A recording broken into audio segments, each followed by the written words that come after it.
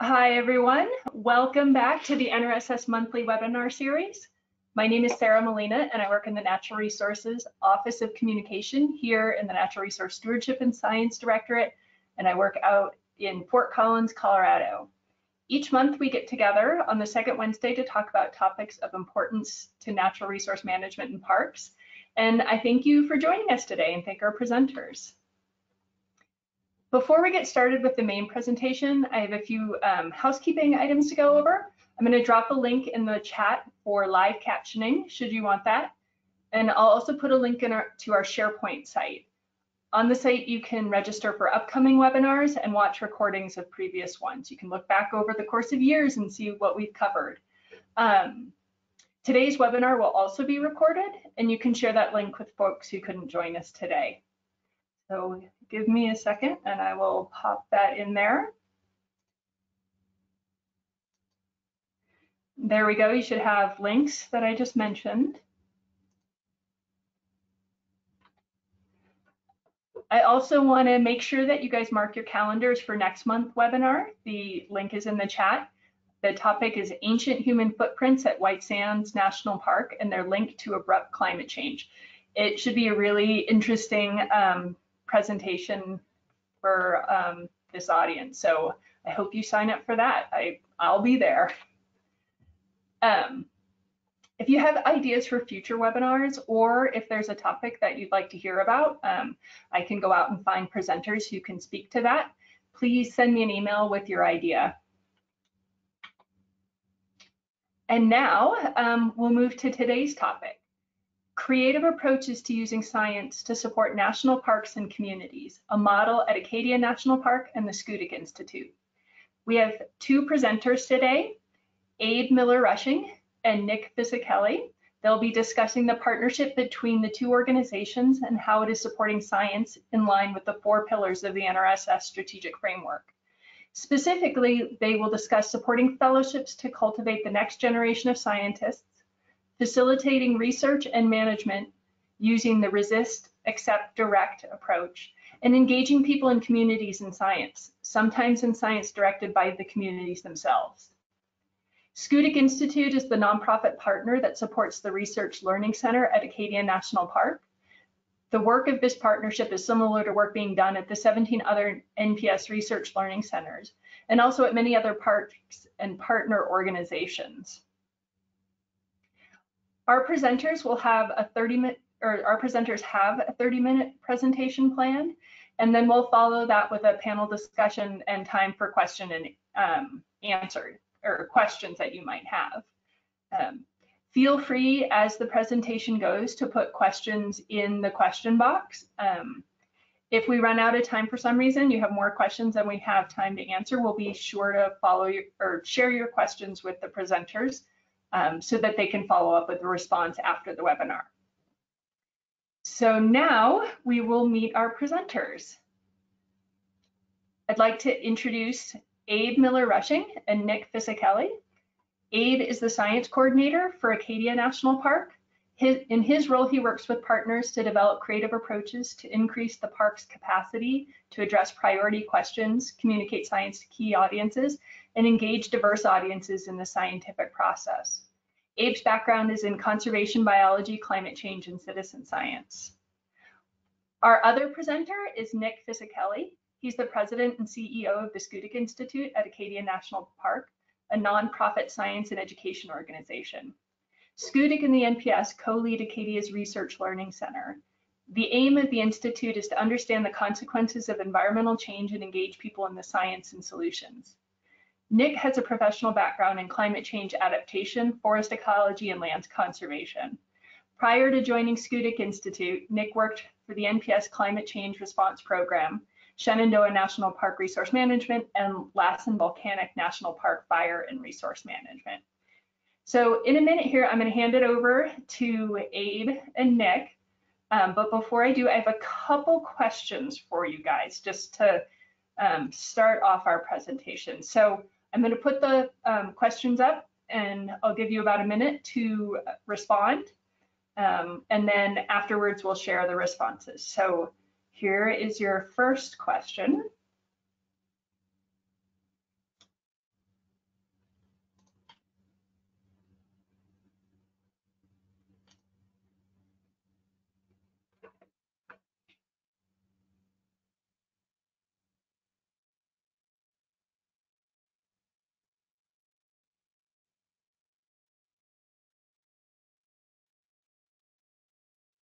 give it a few more seconds. We have, I was going to say almost 70% responding. We're getting up above. So take a few more seconds and then I will close the poll and move on to the next one.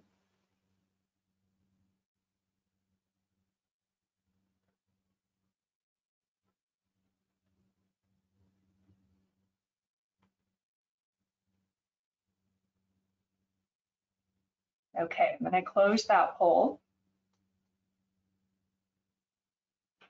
And then our next poll, have you worked with a partner organization? So you should see the poll up on your screen. And again, I'll give everybody 30 seconds to a minute to respond. And then I will share the results.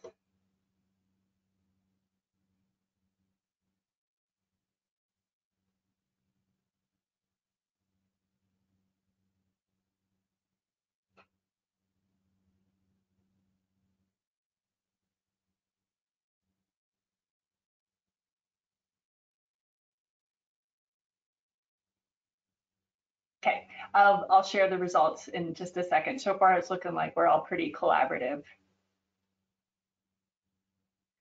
Okay, I'm going to close it out and we'll go back and share results.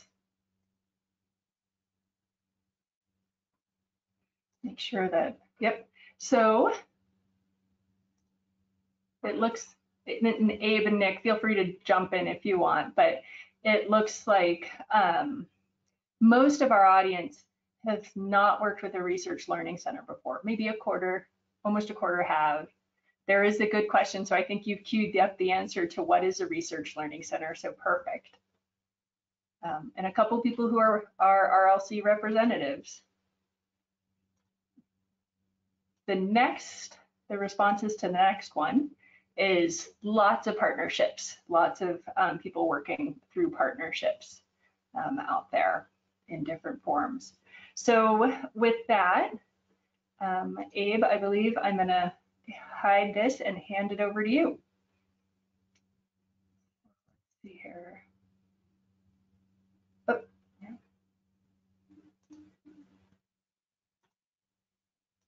Okay, Abe. There we go. It's coming your way.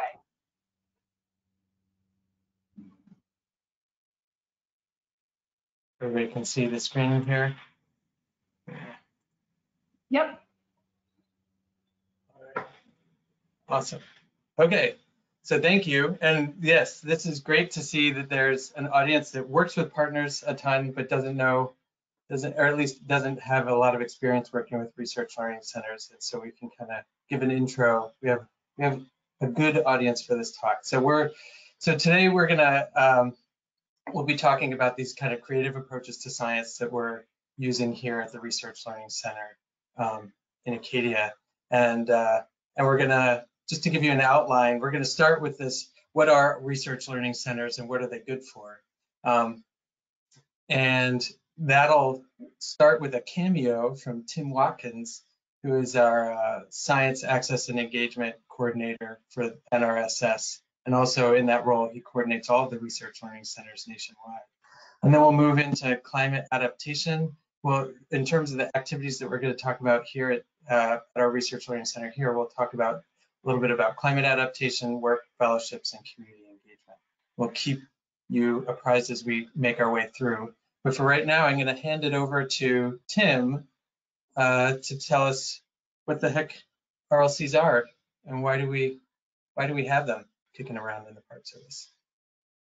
Great, thanks, Abe. What are RLCs indeed? And thanks for the cameo. This is an honor. It's kind of like Alfred Hitchcock showing up in his own movies. But of course, as time goes by, I look a little bit more like him every day. So research learning centers are programs that support and enable all aspects of science in national parks, planning it, permitting it, conducting it, communicating it, applying it to management, bringing it into the lives of visitors and people all around the world. And they do this collaboratively with countless partners. If you ever want to know more about RLCs, feel free to email me, reach me on Teams, check out the website that's shown here on this slide, etc. And I just want to say making science part of the park experience is not just a title on this slide. It's really the value proposition of the RLCs. This is what RLCs are good for. And this is why they're essential and part of the NPS mission. And if there's one thing I'd like you to take from my very brief comments today, it's this idea that RLCs make science part of the park experience. I'll elaborate on that in just a moment. But first, Abe, if you can jump to the next slide.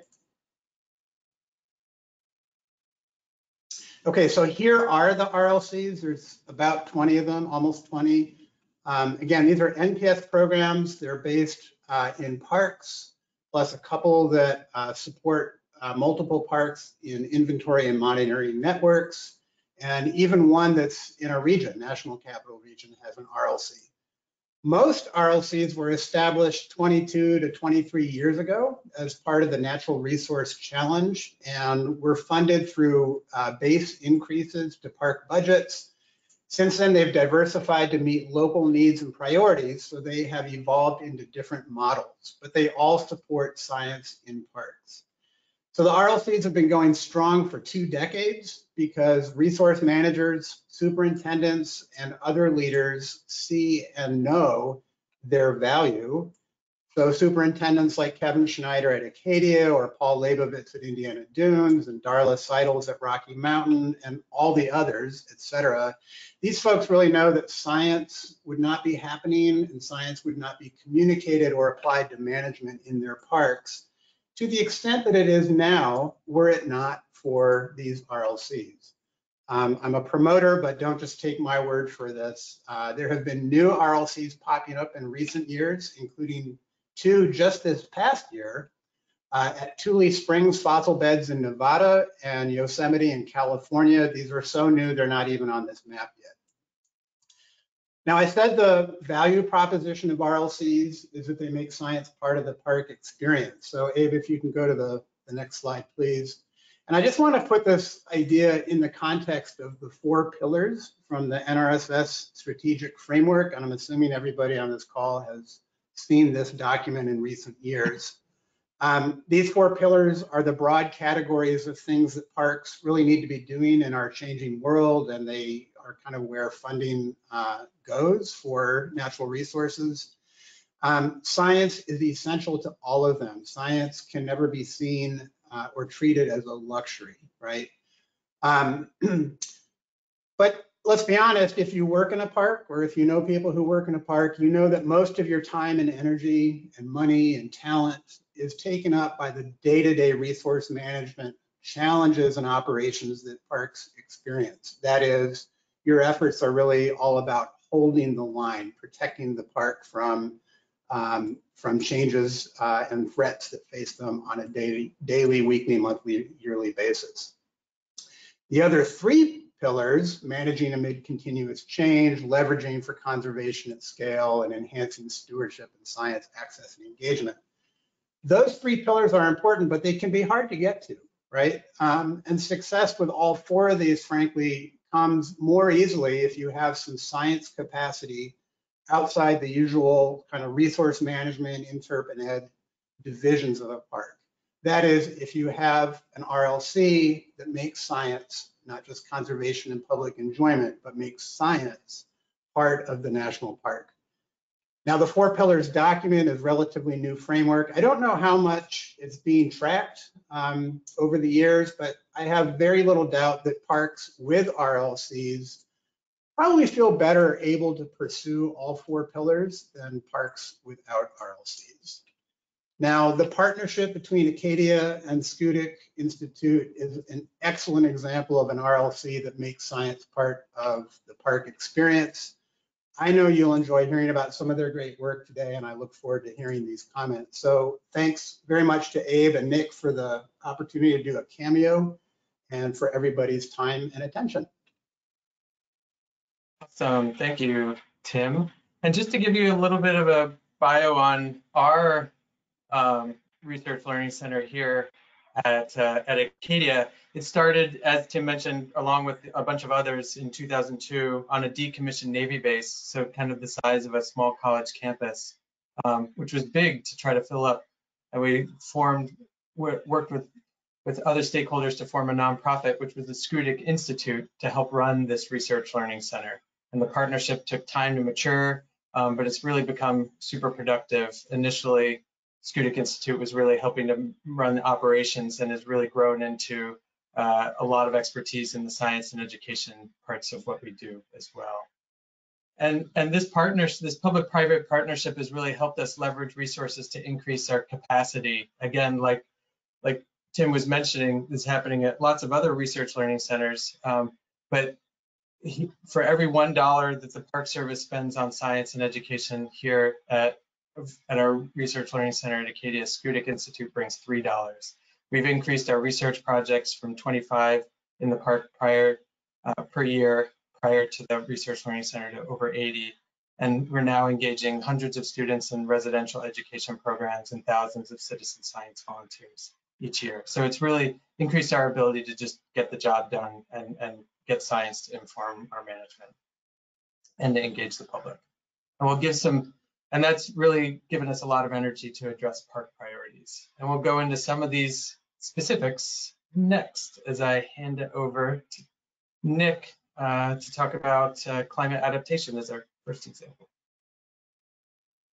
All right, great. Thank you. Thanks, Abe. Next slide. And hi, everybody. Good to see you again. I'm Nick Fisicelli with Skudik Institute at Acadia National Park. So there's lots happening at our Research Learning Center. Next slide. And we're going to focus on 3 pieces here today. But I just want to note that there's even more happening, especially on the learning side of things that we won't be able to cover today. But we'll be talking about climate change adaptation and fellowships, and then Abe will finish up talking about community engagement. Next slide. And so starting on the science side, and specifically climate change adaptation, lots of science happening here. And part of that is the RAD framework, which I hope you all have heard about. If not, and you're in Fort Collins, go find Gregor Skierman in the Climate Change Response Program, and he can tell you lots more about the RAD framework. This is something that I helped with actually when I was with CCRP, and then continued at the RLC, and it's our framework for climate change adaptation. This is the spectrum of adaptation options, from resisting change to allowing change to happen, accepting change, to directing change towards desired future conditions. Next slide. And we're using this RAD framework and trying to really sort of operationalize it as well here in Acadia, and structuring our science based on it. So I'll just share a few quick examples of the science. One, on the resist end of the RAD framework, is identifying climate change refugia. So these are areas on the landscape that are projected to, where species are projected to persist through projected climate change. So here, as an example, black crowberry, which is really an Arctic species that's hanging on right along the coast of Maine. Some computer modeling work shows some potential areas in the park where it may persist. And so we're building on the modeling work and actually doing some field validation and studies to understand where is it located, how is it doing, and how abundant is it. Next slide. In addition to that, there's lots of work that's happening on the future forest of Acadia, a lot of research, and this spans the full spectrum from resisting to directing change, including using some common gardens, or what we like to call tree test beds, to examine the species currently present and those projected to have suitable habitat in the future. There are several experiments happening. These are all short-term ones in the park, with either use from seed or bare root saplings. All the little trees are removed from the test plots in the park, so they're destructively sampled, although some of the research is also happening beyond the park boundary, which has a couple benefits. One, that we can do longer term research projects that might not be appropriate, such as allowing trees like the tulip tree that you see in the foreground there to continue growing at some of these other sites. And it's also really important to have sites beyond the boundary of the park to give deeper context into the future potential climatic conditions in the park and how species will fare. And we could never get really a statewide climate gradient within just the 40,000 acres of Acadia, which is the star number 4 on the coast of Maine here. And this is showing the plant hardiness zones for the state. Next slide.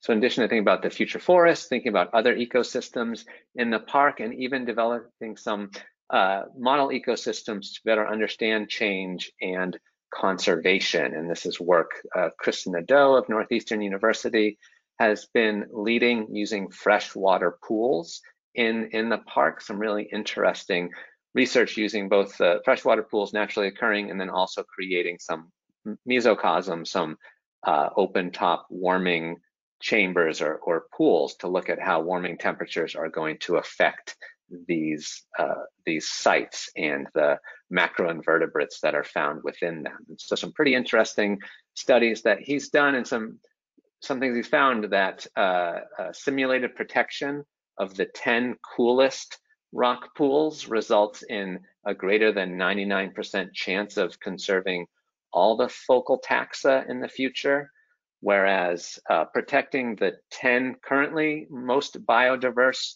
rock pools, which is an often used conservation strategy today, protecting the most biodiverse locations on the landscape today, that results in only a 3% chance of conserving all the focal taxa. So these experiments that we're able to do through the Research Learning Center really helping to inform consequences of current and future both conservation and climate change.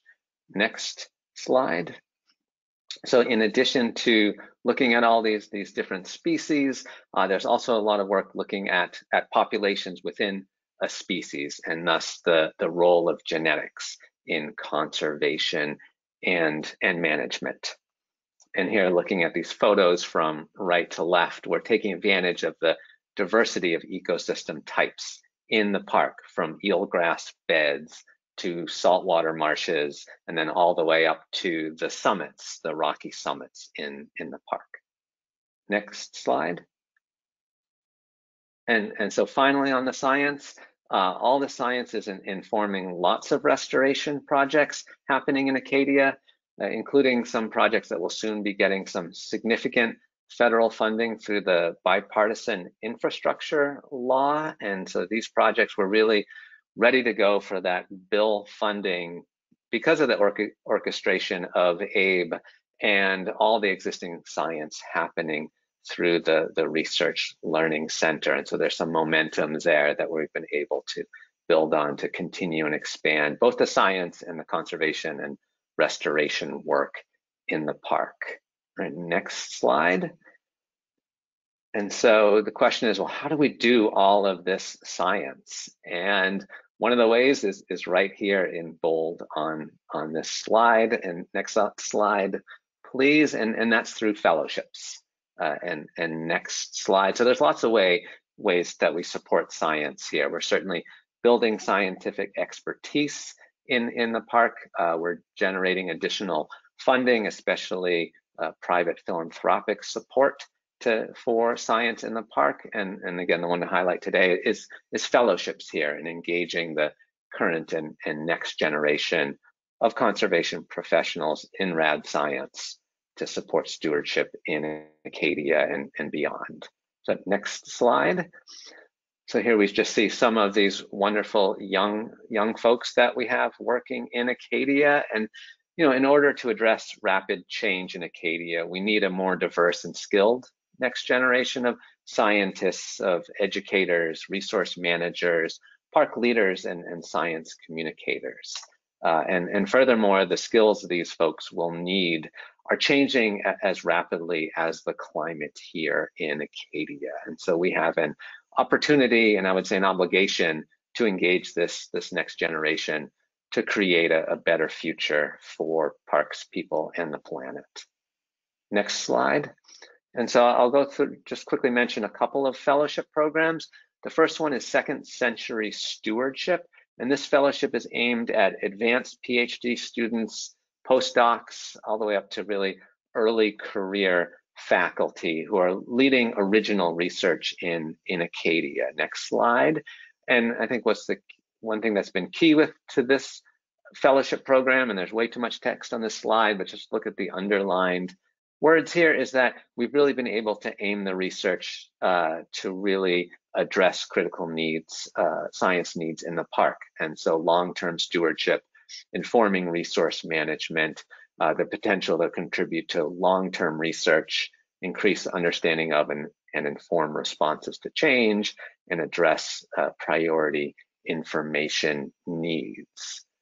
Next slide. And over the last 7 years now, going back to 2016, we've had 18 fellows, 18 Second Century Stewardship Fellows. And all the science examples I showed you earlier, those were all science projects that were either led by SCS Fellows or that SCS Fellows contributed to either during their fellowship or actually subsequent research after they finished their SCS fellowship and continued doing science in the park. And so all that science was either supported in part or whole through this fellowship program, which itself is primarily private philanthropic funds for the fellowships.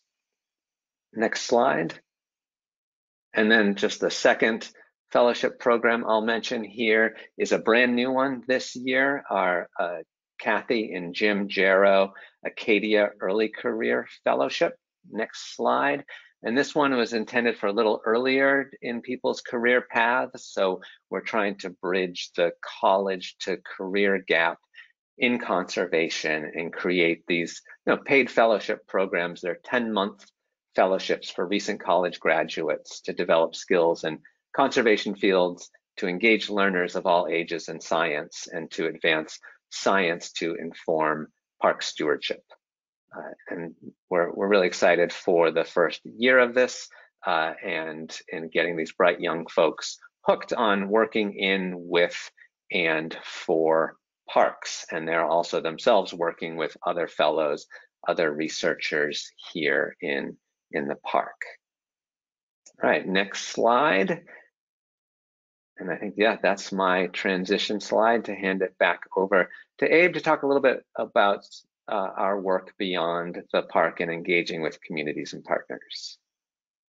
Yeah, thanks, Nick. That was great. And one thing I wanted to add to what Nick was just talking about with the fellowships is that we get a lot more science than we pay for out of the fellowships.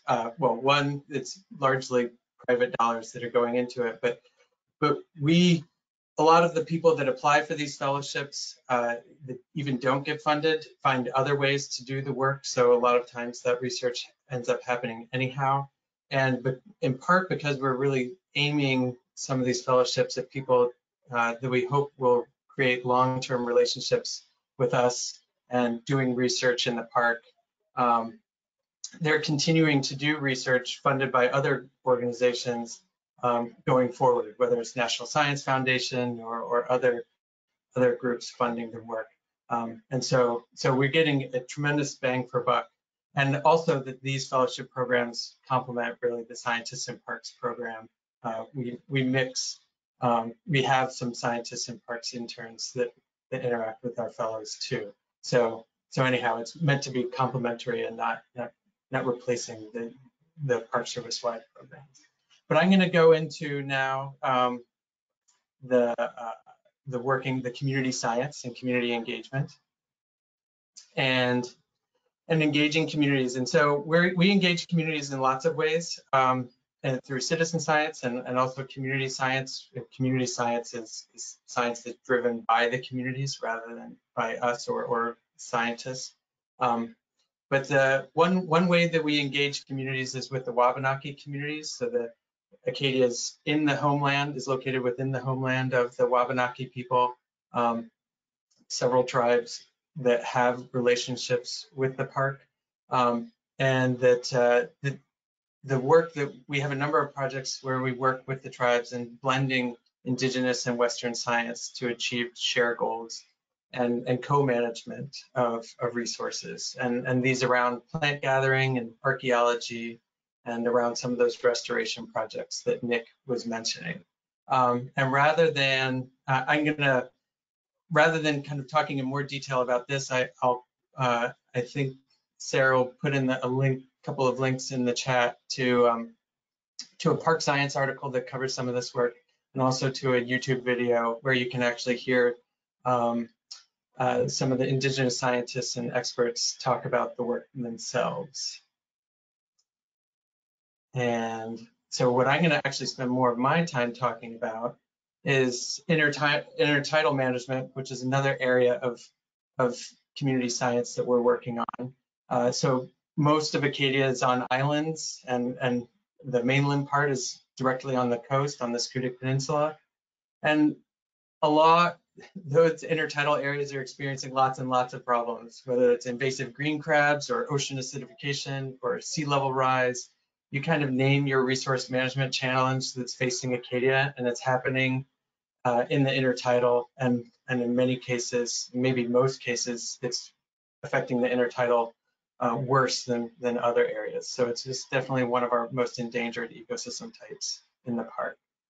And several years ago, we actually had conflict between the Park Service and clam and marine worm harvesters that were working in the intertidal within the jurisdiction of the park. We had incidents where, well, anyhow, we had a lot of tension that ended up getting that kind of harvesting, subsistence harvesting, and to some degree, kind of, well, had been happening for a long time, and there had been conflict with some of our rangers in the park, and that ended up getting political involvement in that. And so our congressional delegation got involved in that conflict, and it ended up passing legislation that opened up the intertidal officially to this kind of traditional harvesting of marine worms and clams in the park. And so all of a sudden we had these new management partners that we had to work with, but through this conflict, relationships that were not good to start with got frayed even worse. And so how do we repair these relationships to try to work together to maintain a healthy intertidal ecosystem? And so we had scientists and state managers and the worm and clam harvesters and educators in the tourism industry that all use these resources, that all have stakes in the health of the intertidal. And so how can we work together? And so really we use science and community science largely to help repair these relationships. And so we got people into a room, all these different stakeholders into a room at our research learning center at the Scoodic Institute. And we shared knowledge and goals. We actually, believe it or not, we developed complex kind of conceptual models like this one, but really most important is the stuff on the right, with common understanding, respect, and relationships, and a desire to kind of work together to preserve the health of the intertidal, using all of our kind of perspectives and expertise, and learning from each other. And so we went out into the field together. On the right here, you see in the orange our head of resource management for Acadia National Park, Rebecca Colwill, out with one of the marine worm harvesters, Fred Johnson. And by going out and doing this sharing of knowledge and really, we've been able to rebuild trust, or build trust in the first place, and relationships. And we've expanded our surveys of biodiversity. We have long-term, some of our INM monitoring happens in the Rocky Intertidal. We're expanding park-based monitoring into the soft bottom, looking at some of the clam flats and other areas. We're testing management strategies to reduce predation from the invasive green crabs, which are hurting our clams and lots of other native species as well. We're co-developing experimental restoration techniques to help restore some of these clam flats and mud flats, and doing this with the harvesters and other stakeholders. And we're sharing results. And I should have mentioned that a lot of the science that's happening here is happening with community members, with high school students.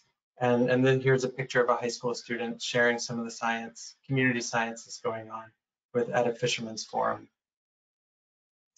And so we're getting this group back together periodically to assess how we're doing. We're actually having formal evaluations and revising the process and growing the group. We're adding folks from aquaculture industry and other folks who have stakes in the intertidal to just share our expertise and to develop ideas for research projects that can inform management going forward in and outside the park. And now we're working with the Thriving Earth Exchange to kind of formalize, which is an organization that specializes explicitly on community-driven science, and that the Park Service is in now the second year of a formal partnership with. And this helps us, rather than kind of muddling through ourselves, which we've been doing this community-driven science, it helps us get more formal skills on practices that work in lots of settings, working with communities. And we're using our partnership with Thriving Earth Exchange to address kind of other specific management questions in the community-driven management questions that the park also has an interest in the intertidal zone. If you're interested in getting involved with Thriving Earth Exchange, there's actually a call out right now for Park Service folks and community partners who are interested in working with the Thriving Earth Exchange on community science projects. And I think Sarah will put a link in there in the chat if you're interested in that. And the benefits of this community science to parks is that it helps strengthen relationships with communities and build trust, addresses park and community priorities, and it can help create longer lasting solutions because a lot of the stakeholders that are involved or have influence over the resource and we're able to draw on lots more expertise and get more buy-in. And it develops important skills and perspectives in our staff. And again, this is stuff that the park wouldn't have the capacity to do. We wouldn't have the capacity to do without the Research Learning Center being here. And so kind of the big conclusions from all of our talk, all of these kind of different sections is kind of going back to some of the strengths of the Research Learning Centers that Tim mentioned way back at the beginning, that these partnerships and that the Research Learning Center really allows us to create partnerships and strengthen relationships and build trust with a lot of the different people who are keys in science and stewardship in Acadia and around in the larger landscape around the park. And allows us to leverage resources and increase capacity, get a lot more than our Park Service dollars can buy on their own. And it really helps us achieve park community and Park Service wide priorities. And with that, I'm going to wrap up, and I think we can open it up to questions from there. Oops. So we'll open it up. Thank you guys all for listening and whatnot, and look forward to the discussion. Yeah, thank you, Abe, Nick, and Tim for your presentation, your introduction to RLCs. And all the great work you guys are doing. I'm curious about the video myself, so I'm going to go watch when we're done. There are a couple questions already, and as you all think of them, feel free to put them in the question box. And I think this, you guys highlighted some really great examples that happen as a result of this partnership between Schoodic and Acadia. So the question here is, do RLCs work regionally or just with the parks near them? There's not one near the person who asked this question, so she's curious about how that partnership works or how to leverage RLC opportunities. I can take that one. But Abe and Nick, you should feel free to weigh in from the Acadia Schoodic perspective as well, because I know that you work with other parks, not just Acadia. For the most, so it all depends on capacity, right? RLCs bring capacity to a park, but of course they have limited ability to work with multiple parks. So it really depends on the people who are involved and distances involved. Some RLCs are, they have a charter that says we work with parks X, Y, and Z that might be part of an I&M network. They support projects, they coordinate with park staff, they perhaps provide or seek funding for projects in those parks. Other RLCs work only with their host park.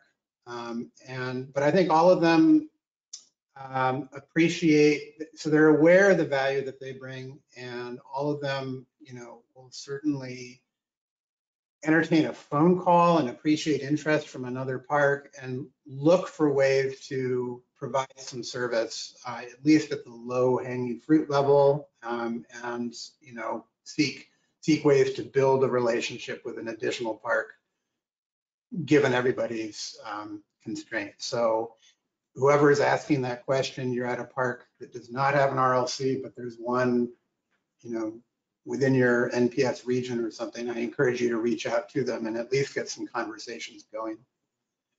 Abe, Nick, other thoughts about that? Yeah, I'll just hop in as the partner organization. Certainly Acadia is our primary NPS partner, and most of our work is happening here in the park. Our campus is located in the park, so there's a big focus here, but we do work with other parks as well, Katahdin Woods and Waters, which is also here in Maine, Boston Harbor Islands, Cape Cod National Seashore, so there's certainly a regional piece to it. We are working with the Inventory and Monitoring Network, a few inventory monitoring program, a few of the networks here in the Northeast region. So I think of it as sort of concentric circles. And some things we've even done on larger scales through Second Century Stewardship. We also led citizen science and science communication trainings that engaged with 54 parks and 60 partner organizations across the park system. So from Alaska to Hawaii to Florida to Maine. So at lots of different scales. And I think I would just lastly say another advantage of all of that is that we're able to bring a lot of what we learn from working elsewhere back to the park here and vice versa.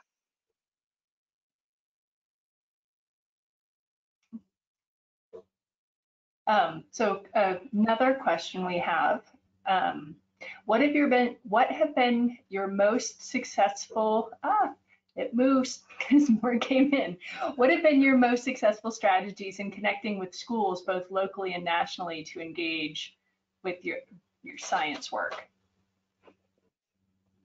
Yeah, with school, maybe I'll start, Abe, you can add to it. I mean, the learning part, we didn't touch on as much in the presentation today, but there's a good bit of education work led by NPS educators happening here at the Research Learning Center.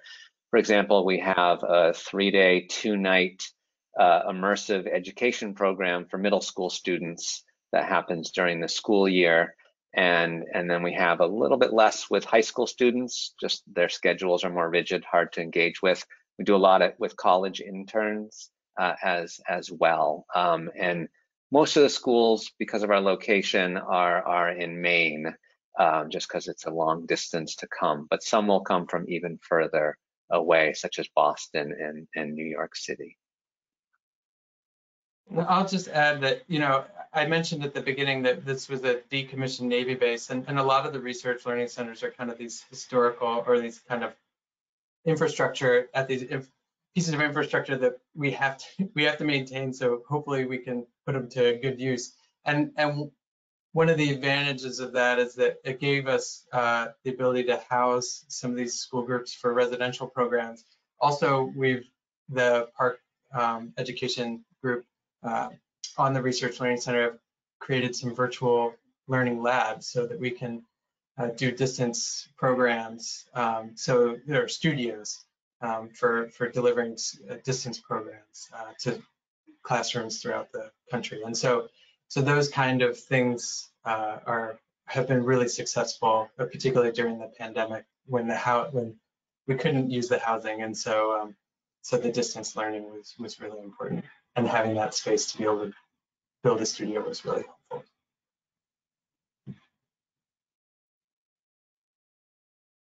And maybe just one other thing I'll say about it, just from the partner standpoint, is that we've been able to bring in significant funding to support the education work and bringing in more schools and partnering with Friends of Acadia, which is the big friends group here for the park, and also working with other of the outdoor learning centers that are located at other parks as well, such as Tremont at the Smokies and the Dunes Learning Center and others, which some of them are also research learning centers that we're trying to generate more funding to support as many kids as possible having immersive experiences in parks. So the next question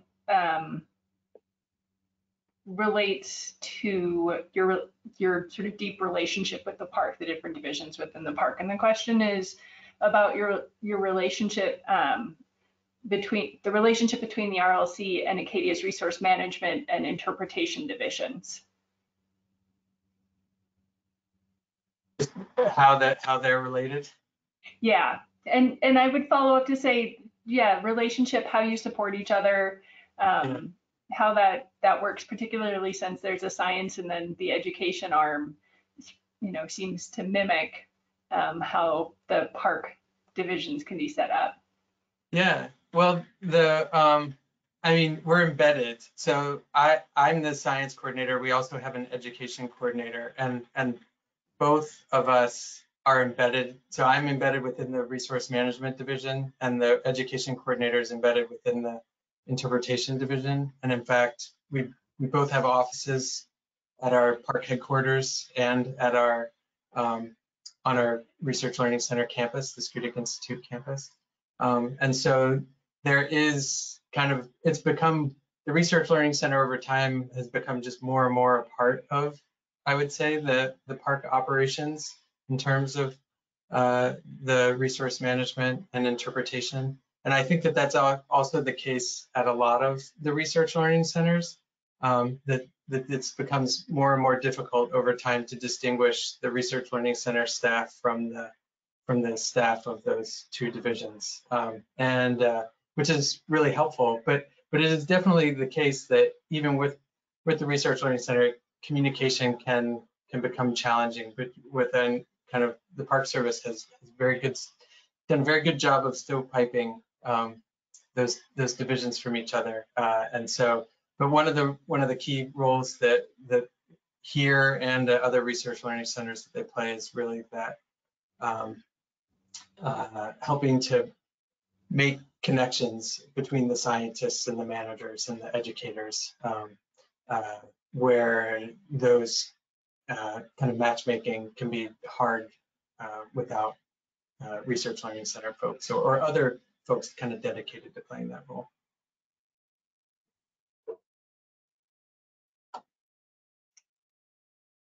Tim, I think this one is for you.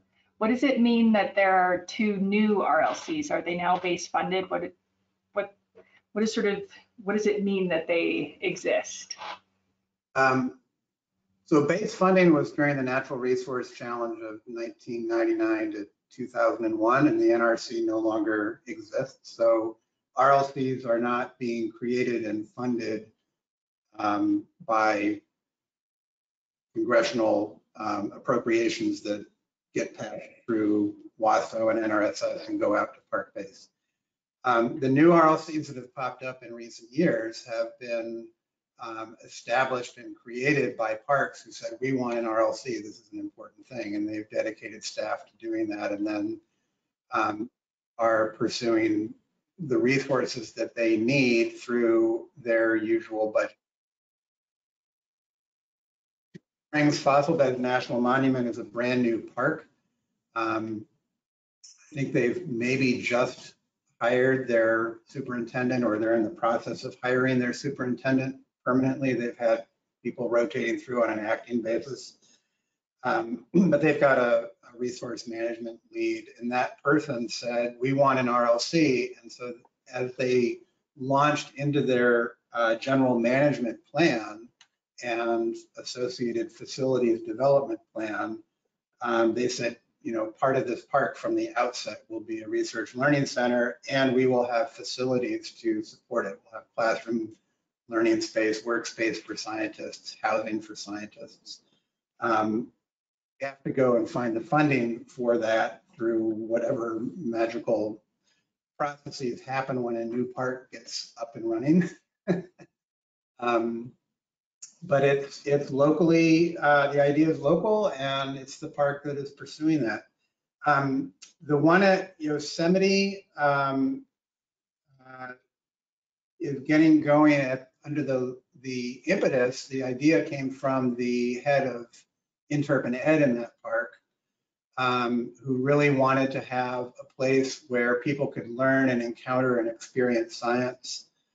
They have a strong resource management division in that park that's already doing science. I expect that RLC, will kind of start out on kind of the science communication, science learning half of the RLC world, but that it'll eventually expand and complement what the resource management division is doing. But he's taking advantage of the fact that there's a building in Yosemite Valley, right in the heart of it, where all the visitors go, that I think was a visitor center or something like that, and it maybe a new visitor center.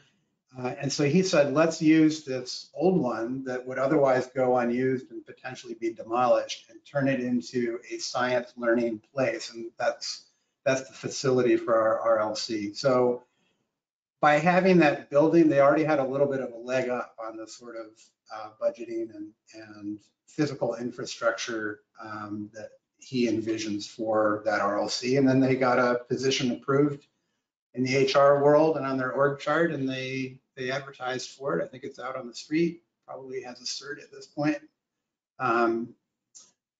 So that's what that means. People are creating RLCs because they want them, and they're doing it through their usual budgetary processes. So it looks like Lauren Perry at Tule Springs, she had a comment. She says, hi, Tim, and that we just started our general management plan process. So this new RLC is part of that park planning framework. So there you go. Hi, right back at you, Lauren. I think the next question is about how much research, an RLC can contribute. And I think you guys have just spoken to that a little bit, but I'll put it out here. Do parks with RLCs have significantly more research?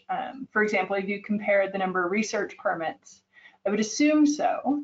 And then the follow-up to that, does the RLC enable the park to influence the types of research occurring? I haven't done that comparison, but we could. It's a little bit hard to know which are the apples to compare to RLCs, right? We can pull all the parks that have RLCs, but then you compare them to which other parks. Yosemite does not have an RLC, but Yosemite issues more permits for research than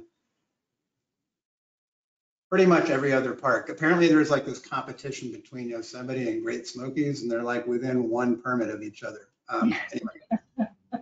Smokies has an RLC, the Appalachian Highlands Science Learning Center. Yellowstone does not. Anyway, it would be maybe an informative exercise. It's just that it's hard to figure out which set of parks do you pull for comparison purposes. And I would say, yeah, RLCs absolutely have the ability to shape, like any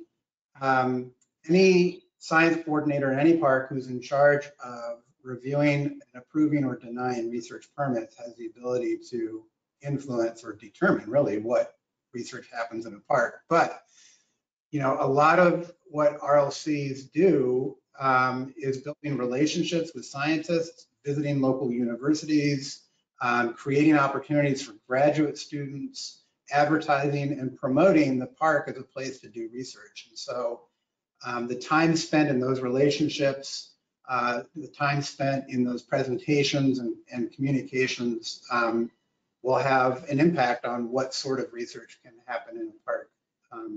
And I would, Abe is a science coordinator at a park with a research learning center, so he's going to have plenty to say about that, I think. Yeah, I would just add that I think that one of the big, some of the big benefits to the research with the Research Learning Center is that the Research Learning Center helps us communicate out what our priorities are to a broad community of researchers. And then many of them are able to bring their own funds or have their own student projects address those priorities, sometimes with no park involvement at all, other than us telling the story of what our priorities are. And the Research Learning Center also does help us increase our capacity to be able to work with those researchers individually if we need to. And then it helps us communicate out, connect with our interpreters or other folks to be able to communicate out those stories to the public or to our managers or to communities nearby that may be able to act on that research. So it really helps us to bring in those researchers. So and here, like I said, we had 25 research projects a year before we had the Research Learning Center, and now pretty consistently we have more than 80. So at least anecdotally, and I think that if you went to other parks with Research Learning Centers, like Smokies or others, they would say that their ability to manage research would go way down if they lost the Research Learning Center. And from one other thing to add to that, I think is that as the partner organization, we have a small science staff, and our scientists have expertise specifically in areas that are of management interest. So the intertidal zone, as Abe mentioned, any global change that you can think of is happening in the intertidal zone, and is actually the most research permits in Acadia are in the intertidal zone. And we have an intertidal specialist doing lots of research here in Acadia. And the park staff, the park itself does not have an intertidal scientist or intertidal resource management specialist, but SCUDIC does.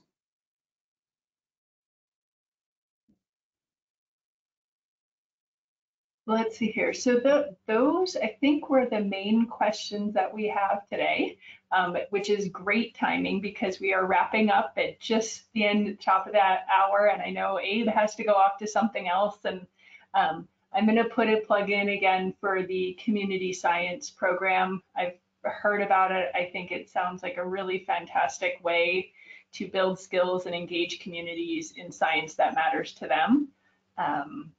And Sarah, I'll just say that I'm one of the people behind that program. So if anybody has questions about Thriving Earth Exchange and the opportunity it presents for doing community science, contact me right away. The deadline to apply is September 8th. There's some work that would need to happen before that. So there's a narrow window remaining for people who are interested. And thank you for the plug. Yep. Absolutely. And thank you, Nick, Abe, Tim, for joining us today. Thank you for all of our attendees for joining us. In a few days, I'll have this webinar recorded and up on our site so you can share it with people who didn't join in. And I'm sure I'll offer up Abe, Nick, and Tim to answer any follow-up questions that you might have about partnerships and research learning centers and science and parks. So again, thank you all for coming. If you are in, hopefully you'll join us next month for our Ancient Human Footprints at White Sands National Park on September 14th. Same time and place, and have a fabulous afternoon. Thanks a bunch. Thanks, everybody. Thanks, everybody. Thank you.